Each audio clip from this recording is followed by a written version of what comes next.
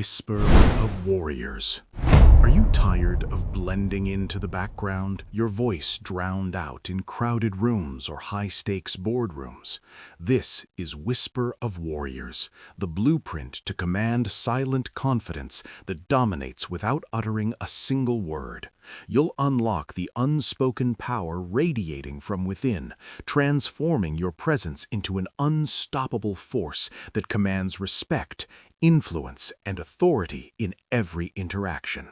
Through mindfulness meditation techniques like focused breath awareness and silent observation, you'll build an inner fortress of poise that turns invisibility into invincibility. Stop waiting to be noticed. Start owning the room now. Chapter 1. Silence your inner critic, the first step to unspoken dominance. You're sitting in a conference room. 20 pairs of eyes are on you. You have the answer they need. You know it. But there's a voice in your head. That voice is telling you you're not smart enough. That voice is telling you they'll think you're a fraud. That voice is drowning out everything you know to be true. And you stay silent. That voice, that's your inner critic. And it's the silent killer of everything you could become. Not lack of intelligence, not lack of opportunity, not even bad luck. The inner critic. The relentless internal chatter that convinces you that you're not worthy of the space you occupy. Here's the brutal truth. You have a choice. You can let that voice run your life, or you can silence it. And this chapter, this is about silencing it permanently. Self-doubt doesn't announce itself. It doesn't come with fanfare or warning.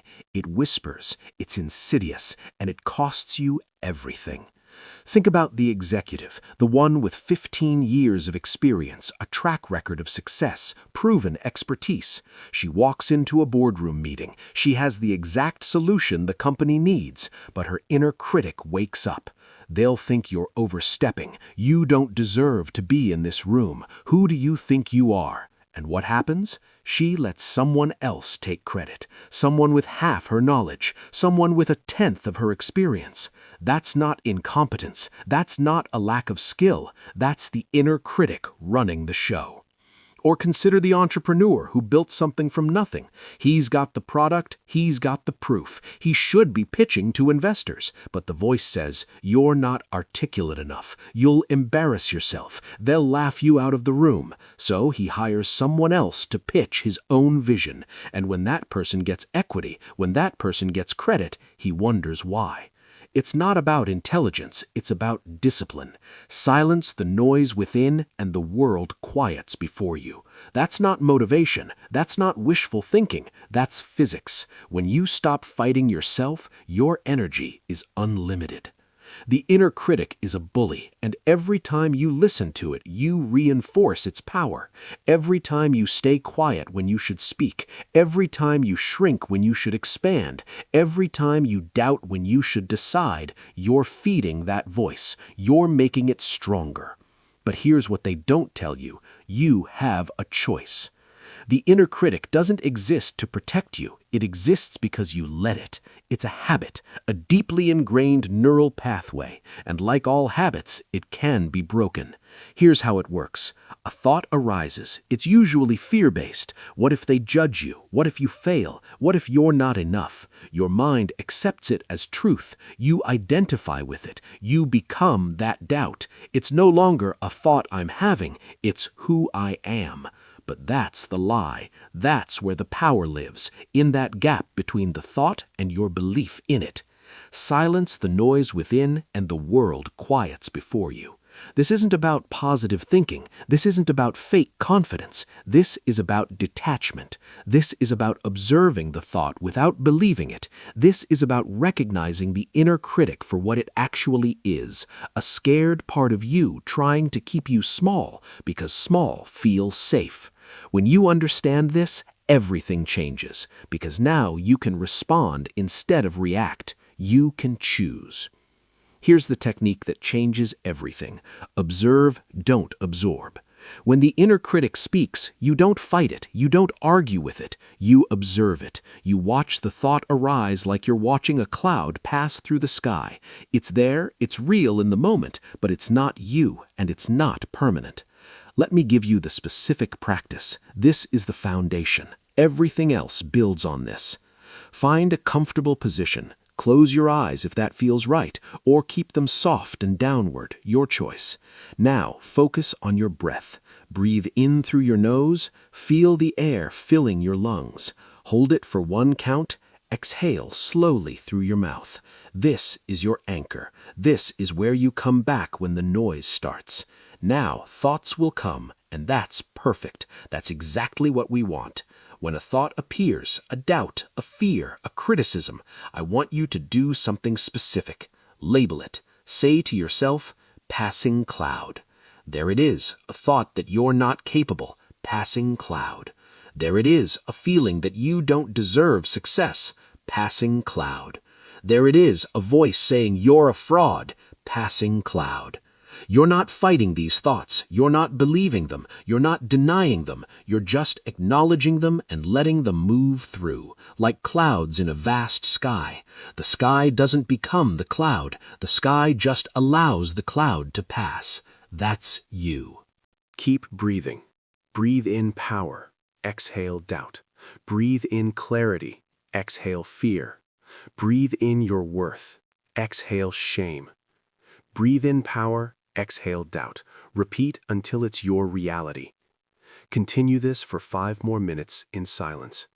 Let every doubt that arises be a cloud. Your job is to stay in the sky. There's a woman. Let's call her Sarah. She was brilliant, educated, technically flawless, but she was nearly invisible in her company. She sat in meetings, she had insights, but her inner critic wouldn't let her speak them. Then, something shifted. Not overnight, but gradually. She started practicing this every morning, 5 minutes, observing her thoughts, labeling her doubts as clouds. Within weeks, she noticed something. The thoughts didn't stop. The inner critic didn't disappear, but it lost its charge. It still whispered, but she didn't listen. She didn't believe it anymore. She could hear it and choose something different. The first time she spoke up in a meeting, her voice shook, but she spoke. The second time, less shaking. The third time, it was her voice, her authority, her presence. Within 3 months, she was the person leading the conversation. Not because she suddenly became smarter, not because her credentials changed, but because she stopped letting internal noise drown out her actual power. Breathe in power, exhale doubt. Repeat until it's your reality. That wasn't just something she said, it became who she was. Here's what you need to understand. Silencing the inner critic is not about becoming someone you're not. It's about becoming someone you already are, unobstructed by doubt. You have a choice every single moment. You can listen to that voice, or you can watch it pass. You can believe the criticism, or you can recognize it as a fear response from a scared part of you. Silence the noise within, and the world quiets before you. This is not motivation. This is mechanics. When your internal dialogue stops working against you, your external presence becomes magnetic. The path forward requires discipline, daily practice, consistent observation of your thoughts, but the payoff is absolute. You get your mind back, you get your voice back, you get yourself back, and that changes everything. You've just taken the first step. You've learned to quiet the chaos within. Now it's time to master what happens when that silence becomes your strength, and how you weaponize your newfound mental clarity into a presence so powerful that others can feel it before you ever speak a word. Chapter 2. Master the Art of Presence. Own every room without a word. Opening the invisible force. Walk into a room, any room, a boardroom, a dinner party, an interview, a coffee meeting. Most people walk in and immediately scatter. Their attention is everywhere. Their phone, their anxiety, the opinion they're imagining others are forming about them, their mental checklist of what they need to say, their thoughts about what happened before they arrived. They're in 20 places at once, and because their attention is fractured, their presence is invisible. Then there's the other kind of person. The one who walks in and something shifts. You feel them. Not because they're loud, not because they demand attention, but because they're fully there. They're not thinking about being there. They are there. And the entire room responds. That's presence. And presence is the invisible currency that changes everything. Be here now and the room bends to you. This isn't mystical. This isn't luck. This is physics. When your attention is consolidated, when your energy isn't fragmented across 1,000 mental threads, it becomes visible. It becomes tangible. It becomes power. You've silenced your inner critic. You've created the mental clarity to operate without self-doubt. Now it's time to weaponize that clarity. It's time to become a person whose mere presence commands respect. The problem: scattered attention dilutes your aura. Here's what most people don't understand. Your attention is your aura. Think about the last time you met someone truly powerful. Not someone loud or aggressive, but someone who had something indefinable. They weren't trying hard, they weren't performing, but you felt their power immediately. That's because their attention was completely consolidated. They weren't in their head. They weren't worried. They were fully present in the moment. Now think about the alternative. You're in a meeting with someone who's physically there but mentally absent. Their eyes are slightly unfocused. Their energy is scattered. You can feel it. Even if they say nothing, you know they're not fully engaged. Their scattered attention actually repels engagement. This is why so many talented people fail to lead. It's not competence, it's not intelligence, it's attention. Consider the CEO who walks into a room and immediately commands it, not through words, not through rank, through sheer presence. She's present. Her attention is like a laser. When she looks at you, you feel seen. When she listens, you know she's actually listening. That's not arrogance, that's discipline. That's the deliberate consolidation of attention. Compare that to the executive who has the title but not the presence. He's distracted. His attention is fragmented. He's thinking about his next meeting while you're talking. You can feel it, and his authority evaporates. Be here now and the room bends to you. This is not philosophy. This is observable, measurable reality. When your attention is complete, people respond. They lean in. They listen harder. They trust more. They follow more readily. Why? Because presence is rare. Most people are nowhere. They're always somewhere else mentally. So when someone shows up fully present, it's magnetic. It's almost shocking in its intensity. Your attention is your power. Scattered attention scatters your power. Consolidated attention consolidates your influence. The mechanism, how presence actually works. Presence isn't something you fake. You can't perform it. The moment you try, you lose it, because trying means you're in your head, and if you're in your head, you're not present. Here's how presence actually operates. Your body and mind are inseparably linked. When your body is relaxed and grounded, your mind follows. When your mind is scattered, your body reflects that. Tension, fidgeting, defensive posture. Most people try to achieve presence through willpower or intention. They fail because they're approaching it backwards. You don't think your way to presence. You ground your way to it. Presence is power. Cultivate it relentlessly. And the way you cultivate it is through your body. Through anchoring yourself physically so completely that mental distraction becomes impossible. This is where body scan mindfulness comes in. This is the second fundamental practice that transforms your presence from something fleeting into something permanent. The practice, body scan mindfulness step by step. I'm going to walk you through this. Do it daily, morning or evening, it doesn't matter, but do it consistently.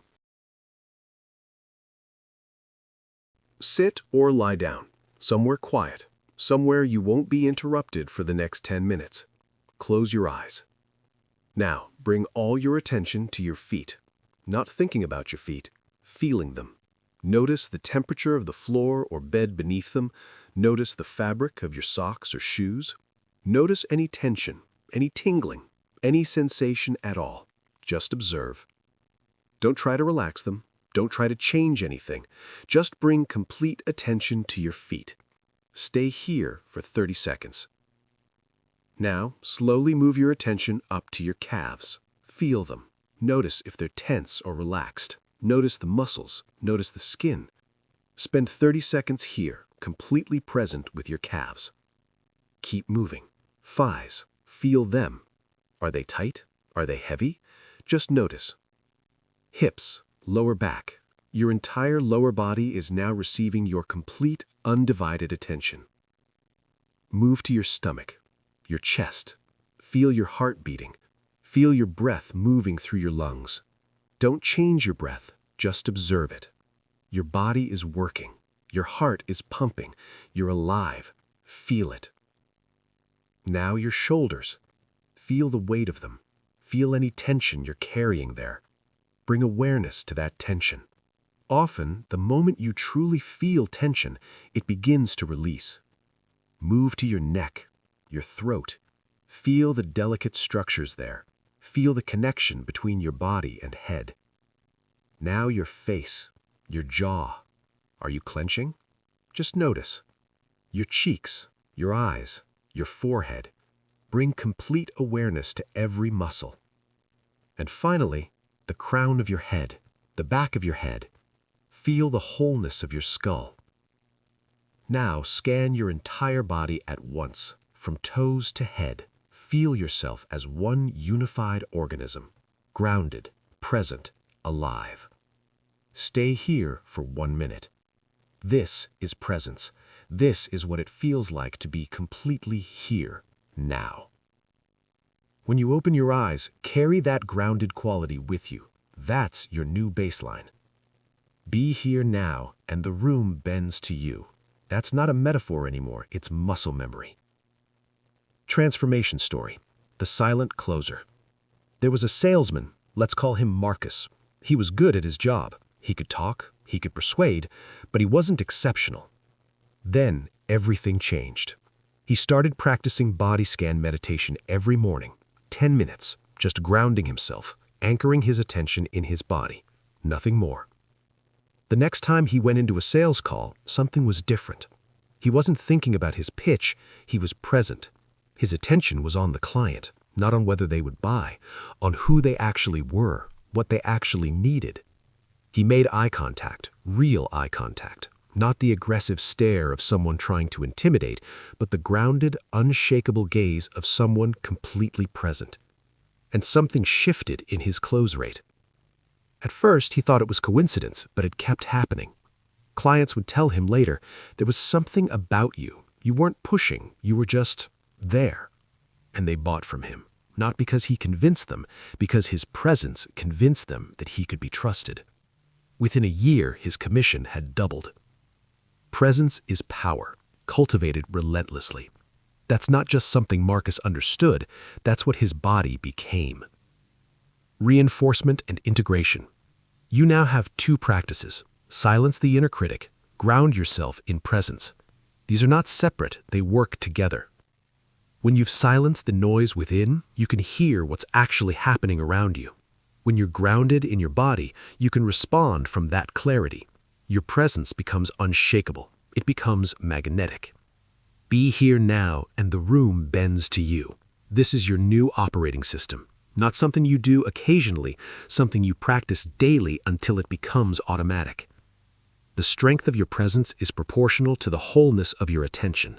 Every moment you're scattered is a moment you lose power. Every moment you're fully here is a moment you command it. You're no longer speaking to be heard. You're no longer proving yourself. You're simply present, and that presence does the work.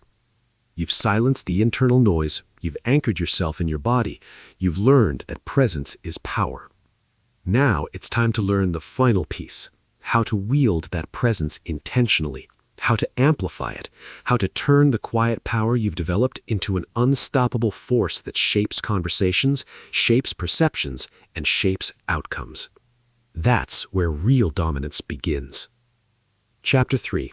Build invisible armor. Defend against external noise.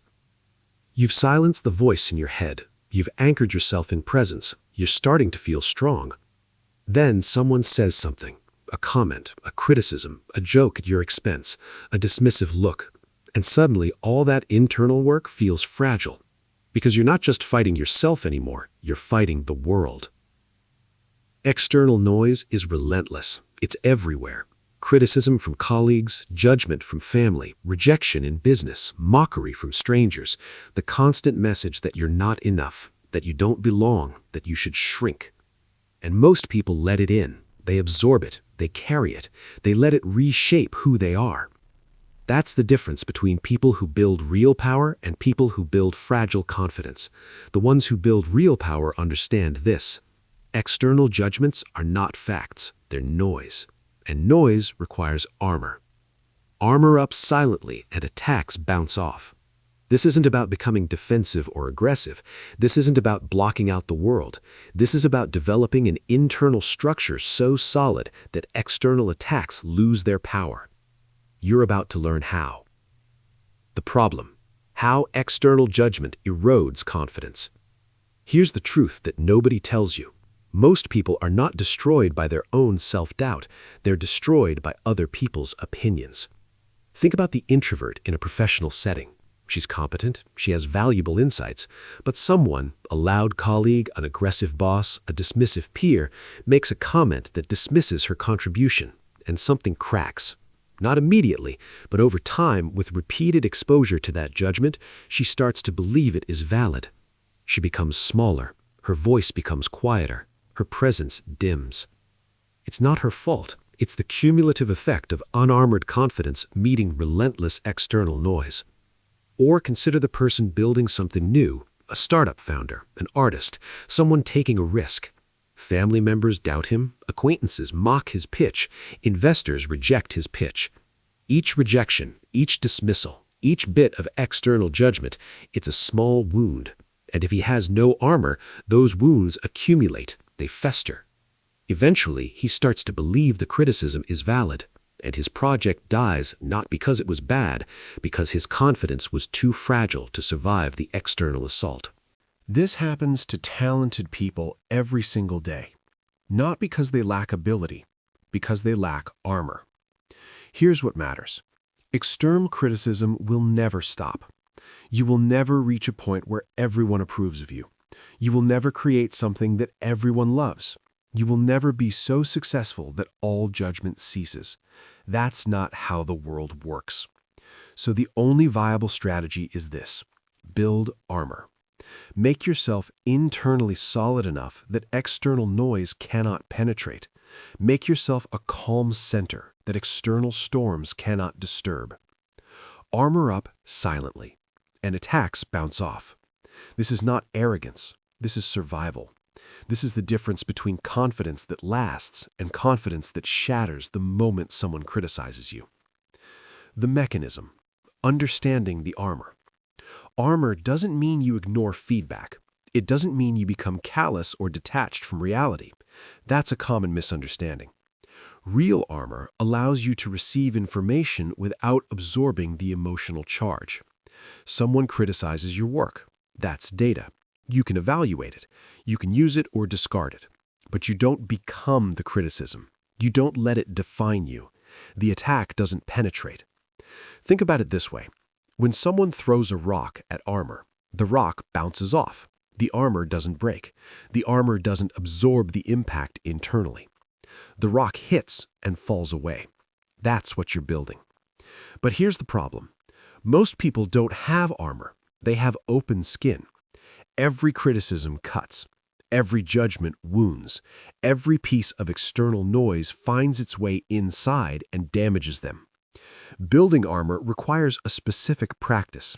It requires a way of processing external noise so completely that it loses its power over you. This is where rain comes in. This is the third foundational practice that transforms you from someone fragile to someone unshakable. The practice: RAIN mindfulness for processing negativity.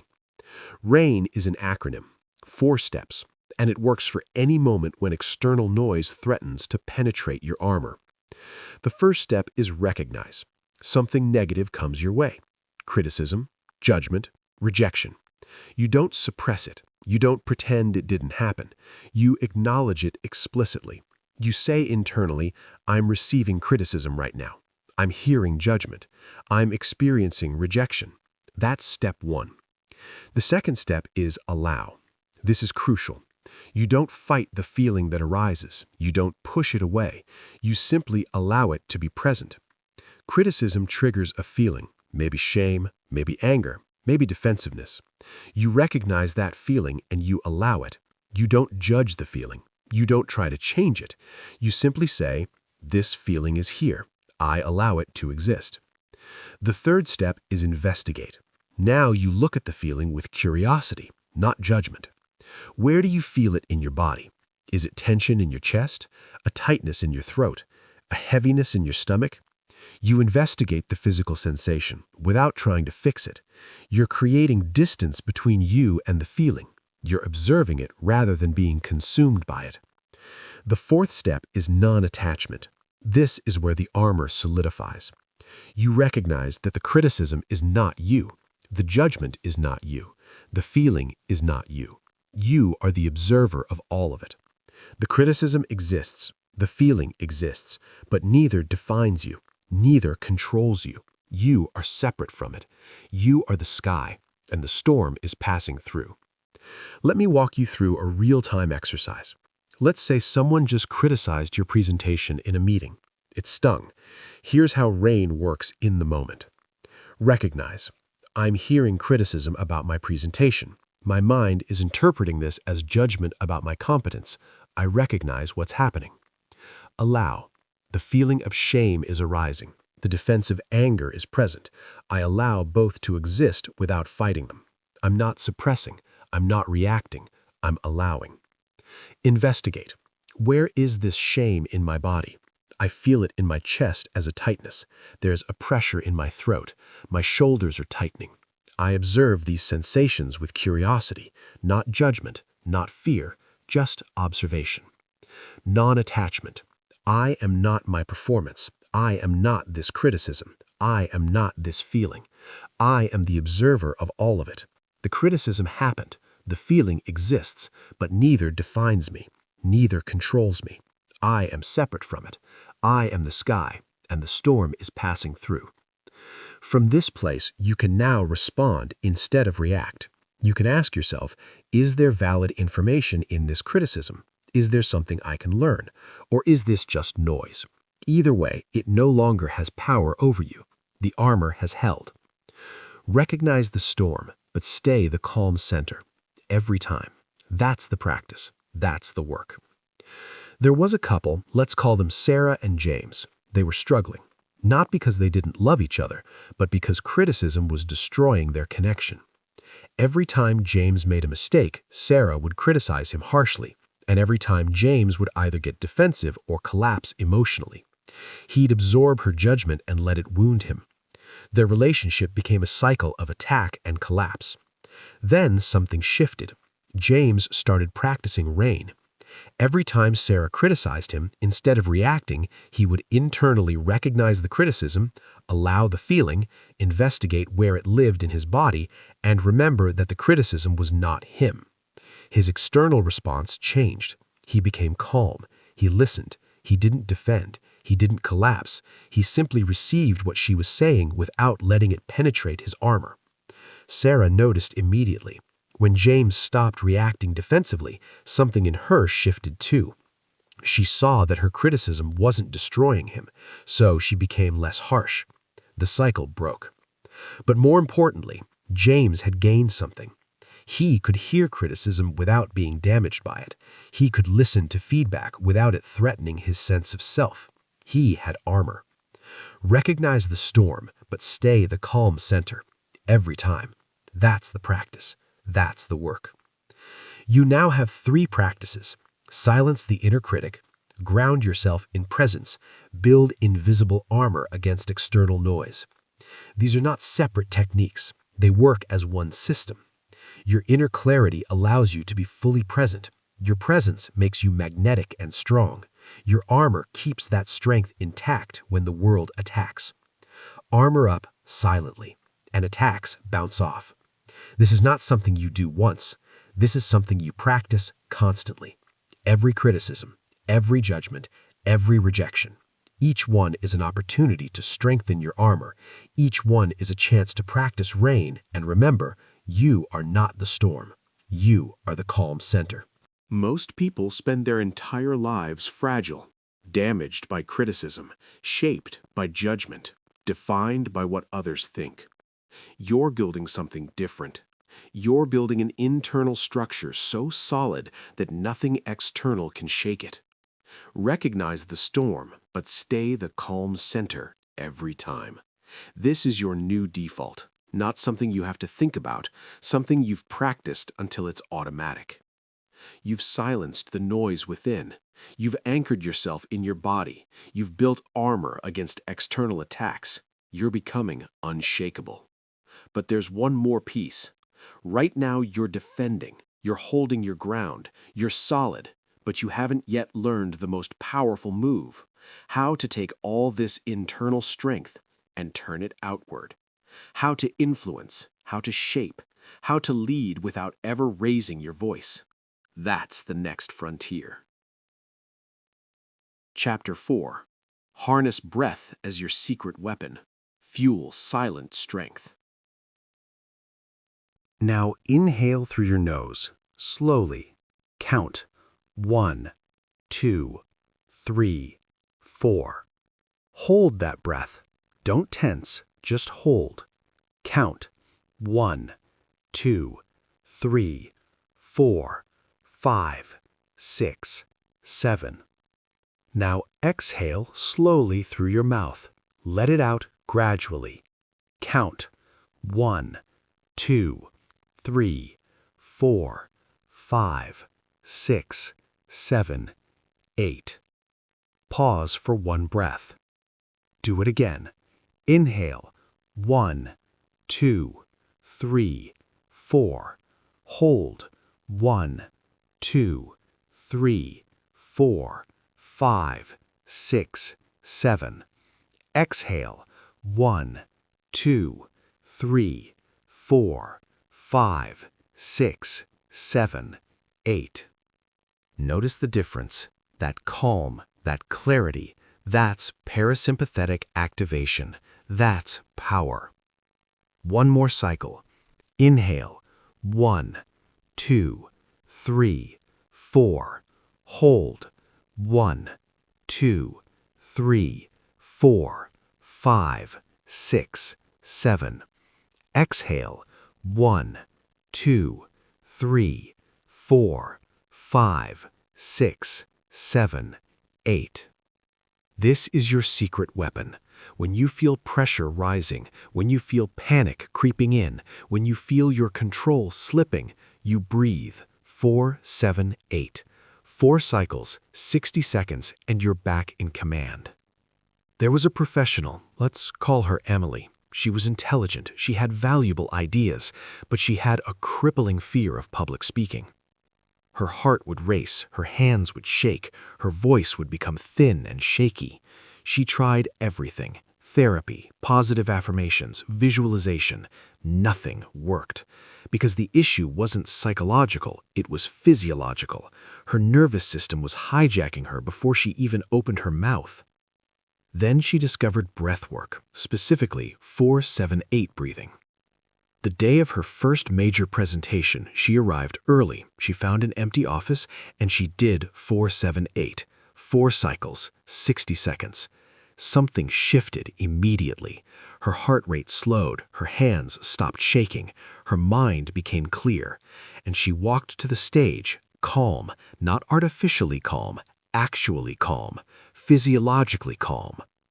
She gave the presentation, and it was different. She could think, she could respond, she could command the room. Within 6 months of daily 4-7-8 practice, Emily became known as one of the strongest speakers in her organization. The presentations didn't change, her material didn't change, her breath did. And when her breath changed, everything changed. Inhale confidence, exhale fear. Make it your rhythm. Let that become automatic. Let that become how you approach pressure. Let that become your default mode when stakes are high. You've now built a complete system: internal clarity, physical presence, emotional armor, and breath control. You are no longer fragile. You are no longer reactive. You are no longer at the mercy of circumstances. But you're still defending. You're holding your ground. you're solid. Now it's time to stop defending and start dominating. Now it's time to learn how silence itself becomes a weapon, how your refusal to engage in meaningless chatter becomes your greatest advantage, how the space you create becomes the space where your influence grows. That's where real power lives. Chapter 5. Cultivate loving kindness. Turn self-compassion into quiet power. You've built something remarkable. You've silenced the inner critic. You've grounded yourself in presence. You've armored yourself against external noise. You've learned to control your breath and command your nervous system. But there's a problem that most people never see until it's too late. You can silence criticism. You can build presence. You can armor yourself. You can control your breath. And still, deep down, part of you doesn't believe you deserve to be there. Part of you still whispers that you're not worthy, that you're not enough, that the good things in your life are accidents or luck or the result of someone else's work. That's not the inner critic. That's the absence of self-love. That's the void where kindness towards yourself should be. And that void blocks everything. It blocks authority. It blocks influence. It blocks the deepest kind of power, the kind that comes from genuinely believing you deserve to take up space. Most people think power comes from being hard on yourself, from pushing harder, from being relentless. But the truth is the opposite. Power comes from extending to yourself the same kindness and compassion you extend to others, maybe more. Kindness inward radiates outward dominance. This is not soft. This is not weakness. This is the most ruthless strength there is. Think about the people in your life who have real authority, not forced authority, not the kind they had to fight for, but actual magnetic authority. When you look at them closely, what do you notice? They don't seem to be at war with themselves. They're not beating themselves up over every mistake. They don't believe they're frauds. They're kind to themselves. And because they are, they move through the world with a quiet certainty. They don't need to prove anything. They don't need to convince anyone. They're already convinced of their own worth. Now contrast that with the person who's constantly critical of themselves. Nothing they do is good enough. They should have done better. They made a mistake and it means they're fundamentally flawed. They feel unworthy in their friendships. They feel like a burden to their family. They feel like they're imposing on others by taking up space. That person might be incredibly talented, incredibly intelligent, but none of that matters because they've decided they don't deserve to be there. They've decided they're not enough. And you can feel it. The lack of self-worth radiates. It undermines everything else they've built. Because authority, real authority, comes from the inside. It comes from genuinely believing you deserve to be there, that you deserve success, that you deserve love, that you deserve to take up space. Kindness inward radiates outward dominance. This is the foundation that makes everything else work. So, how do you build it? How do you move from self-criticism to genuine self-compassion? How do you convince yourself at the deepest level that you're worthy? The practice is called metta-meditation. Metta is a Pali word that means loving kindness, and it's the most powerful tool for building genuine self-compassion that exists. Here's how it works. You begin by extending loving kindness to yourself using specific phrases. You're not trying to feel anything.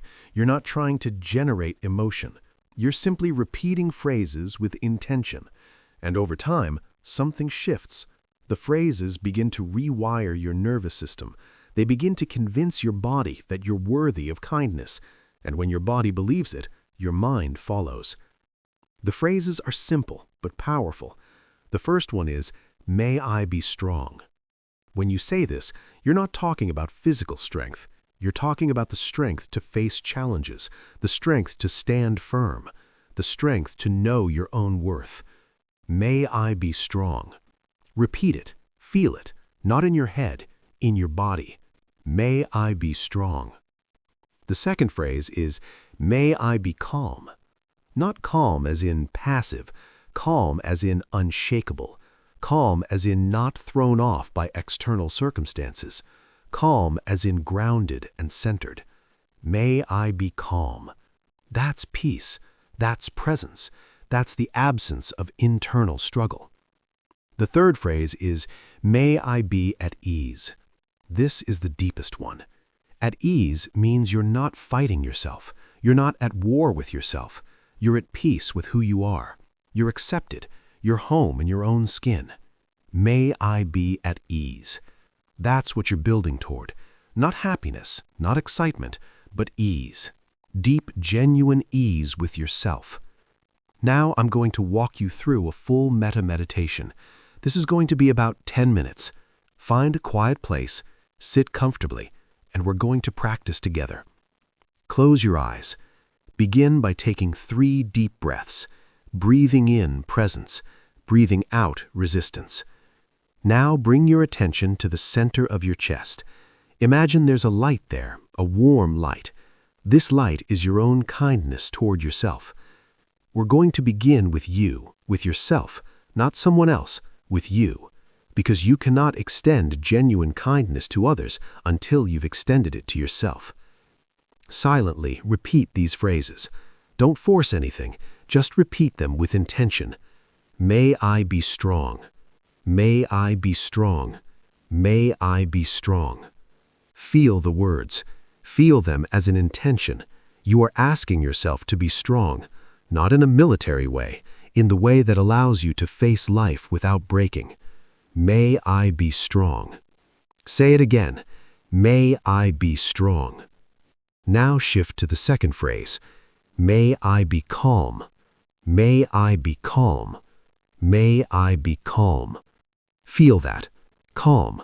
Not numb, not disconnected, but calm, unshakable, centered. Say it again. May I be calm. Now the third phrase. May I be at ease. May I be at ease. May I be at ease. This is profound. You're asking yourself for permission. Permission to be okay. Permission to stop fighting. Permission to accept yourself. May I be at ease. Again, may I be at ease. Now we're going to cycle through all 3, speaking slowly, pausing between each. May I be strong. Pause. May I be calm. Pause. May I be at ease. Pause. Again, may I be strong. May I be calm. May I be at ease. And again, stronger now. May I be strong. May I be calm. May I be at ease. Feel the shift happening. Something is changing. The criticism is quieting. The judgment is softening. You're extending to yourself the kindness you deserve. Let's do this 3 more times in silence. You'll hear nothing. Just practice these phrases on your own. May I be strong. May I be calm. May I be at ease. May I be strong. May I be calm. May I be at ease. May I be strong. May I be calm. May I be at ease. Now open your eyes slowly. Notice how you feel. That shift, that ease, that's what you're building. That's what becomes available when you extend genuine kindness to yourself. Extend kindness to self, and the world follows suit. That's not metaphor. That's how human beings work. When you're at ease with yourself, other people are at ease with you. When you believe you're worthy, other people believe it too. There was a manager, let's call him David. He was technically skilled, but he was hard on himself and hard on his team. He expected perfection. When people made mistakes, he responded with criticism. His team was afraid of him, not respectful, afraid. Then something shifted. David started practicing metta meditation every morning. May I be strong. May I be calm. May I be at ease. It was subtle at first, but over weeks and months, something changed in how he showed up. He was still driven, still focused on results, but he stopped punishing himself and his team for being human. When someone made a mistake, instead of criticism, he extended compassion. He asked, "What can we learn? How can we support you?" He applied to his team the same kindness he was learning to apply to himself. Something remarkable happened. His team became stronger, not weaker, stronger. because people perform better when they're not operating from fear. They're more creative, more engaged, more willing to take risks and learn. Within a year, David's team had the highest performance metrics in the organization, not because he became softer, but because he became genuinely self-compassionate, and that compassion extended outward. Extend kindness to self, and the world follows suit. That's what David learned, and his entire team benefited. You've now integrated 5 practices into your life. Silence the inner critic, ground yourself in presence, build invisible armor, control your breath, and now extend loving kindness to yourself. These work as one complete system. When you silence the critic, you create space for kindness. When you're grounded in presence, that kindness can root itself in your body. When you've armored yourself, you can extend kindness without fear. When you control your breath, your nervous system opens to receiving that kindness. And when you practice metta, everything softens, everything becomes possible. Kindness inward radiates outward dominance. This is not contradiction, this is alignment. This is what happens when your inside matches your outside, when you're not at war with yourself, when you genuinely believe you're worthy. You're no longer just defending, you're no longer just neutral, you're beginning to become magnetic. You're beginning to become someone that other people are drawn to. But magnetism without intention is wasted. Power without direction is meaningless. Now it's time to learn how to focus all of this, how to take the clarity, the presence, the armor, the breath control, the self-compassion, and direct it. How to stop being merely powerful and start being strategically dangerous. That's the next frontier.